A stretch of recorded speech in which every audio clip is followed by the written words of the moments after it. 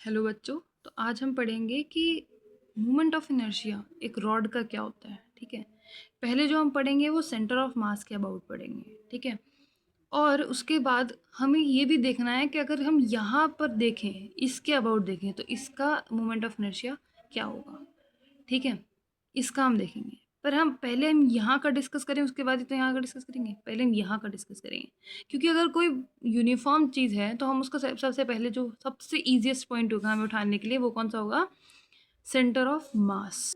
ठीक है, तो क्योंकि ये एक यूनिफॉर्म रॉड है, तो हम यहाँ पर एक छोटा सा मास लेट कर लेंगे, क्योंकि हमें पता नहीं है कि कहाँ पर कितना है ना। तो हम यहाँ पर एक मास लेट कर लेंगे जो कि है डीएम मास का। ठीक है, इस पूरे का एम मास था और लेंथ एल थी, तो हमने छोटा सा एक सेक्शन उठाया और उसका मास बोल दिया डीएम है, और उसकी लेंथ बोल दी डीएक्स है।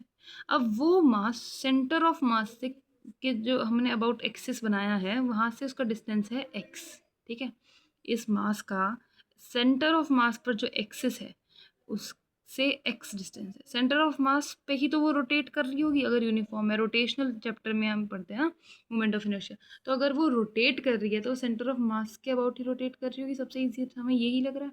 तो हम सेंटर ऑफ मास से यहाँ से हम एक लेट कर लेते हैं कि ये एक्सिस होगी जिसके अबाउट ये रोटेट करेगी। ठीक है, तो यहाँ से इसका डिस्टेंस है एक्स। हमेशा डिस्टेंस जो होता है हमें मास का जो लेना होता है वो परपेंडिकुलर डिस्टेंस होता है जिस एक्सिस के अबाउट तुम ले रहे हो। तो हम सेंटर ऑफ मास के ले रहे हैं अबाउट। ठीक है, तो अगर इसका पूरा लेंथ एल था तो ये लेंथ क्या हो जाएगा? L/2 है कि नहीं। तो मास पर यूनिट लेंथ क्या होता है? मास पर यूनिट लेंथ क्या होता है? M/L है कि नहीं।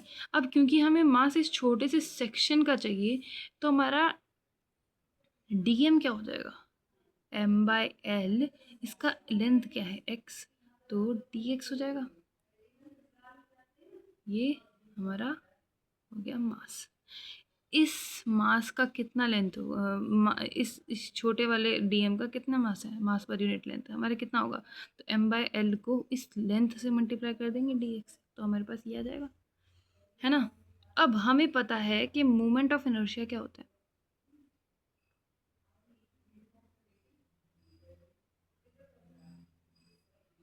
mr²। जनरली हम ये यूज़ करते हैं अगर हमारे पास एक से ज़्यादा एलिमेंट्स हैं।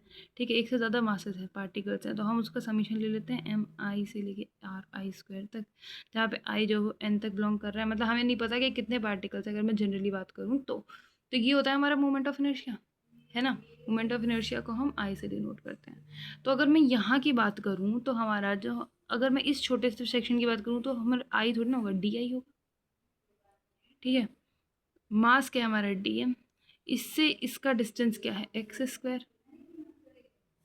ठीक है, तो D I is equals to, D M की जगह पे मैं क्या लिख सकती हूँ? ये M/L, x² लिख देते हैं पहले, फिर dx लिख देते हैं। बात तो एक ही है ना। अब क्योंकि हमें ये मोमेंट ऑफ इनर्शिया इतने से इतने पार्ट का बनेगा, सिर्फ इतने से पार्ट का, पर हमें चाहिए पूरे उसका, तो हम क्या कर देंगे? इंटीग्रेट। ठीक है, तो यहाँ पे हम इसको सांप के हवाले कर देते हैं।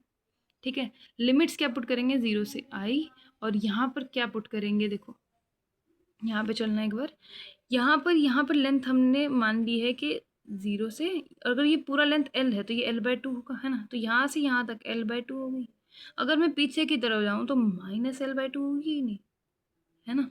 तो हम इसको दो तरीके से इंटीग्रेट कर सकते हैं। एक तो तुम क्या कर दो कि यहाँ से सीधा ये अपर लिमिट ये पुट कर दो, लोअर लिमिट ये -L/2 से L/2, या फिर तुम ये कर दो कि 0 से L/2 कर दो, उसका फिर बाद में ट्वाइस कर दो। दोनों से बात एक है, मैं पूरा ले लेती हूँ। ठीक है, तो मैंने क्या किया कि -L/2 से L/2 तक इसे इंटीग्रेट कर दिया है। ठीक है, इसका क्या बन जाएगा? i, है कि नहीं। यहाँ पर देखो M/L तो कांस्टेंट हो गई, x² का इंटीग्रेशन क्या हुआ? x³ एक पावर ऐड होती है, और जो पावर है फिर उसकी ऐड होने के बाद वो वैल्यू नीचे आ जाती है। तो यहाँ पे क्या है? 3 पावर, तो यहाँ पे हमने 3 लिख दिया। x³ पर हम लिमिट डालेंगे -L/2 से L/2। ठीक है, तो i क्या हो जाएगा हमारा? M/3L एक्स में पहले upper limit minus lower limit होता है अगर हम लिमिट्स पुट करते हैं किसी वेरिएबल में इंटीग्रेट करने के बाद, तो हमारा अपर लिमिट माइनस लोअर होता है, lower limit upper limit minus lower limit होता है। इतना तो पता होगा, है ना, बहुत बेसिक्स है लिमिट्स में। तो इसको अगर मैं पुट करूँगी तो यहाँ पे क्या बनेगा, L3/8 माइनस इसका अगर मैं करूँगी तो माइनस L3/8 बनेगा, है कि नहीं। अब ये माइनस और माइनस क्या हो जाएंगे, प्लस, तो आई क्या हो जाएगा हमारा M/3L। ये देखो ये क्या बन जाएगा हमारा 12/8, है ना। देखो माइनस और माइनस क्या हो जाएगा, प्लस, 8 इनका एलसीएम लिया तो 8 हो जाएगा और ऊपर क्या बनेगा 12 क्यूब, ये और ये गया 4, तो आई क्या आ जाएगा हमारा M। अच्छा ये L और ये भी तो जा रहा है, ये यहाँ पे एक बचेगा, दो बचेंगे L², तो L² बच गया अपॉन 3 × 4 12। तो अबाउट सेंटर ऑफ मास हमारा क्या होता है, तो हमारा सेंटर ऑफ मास के अबाउट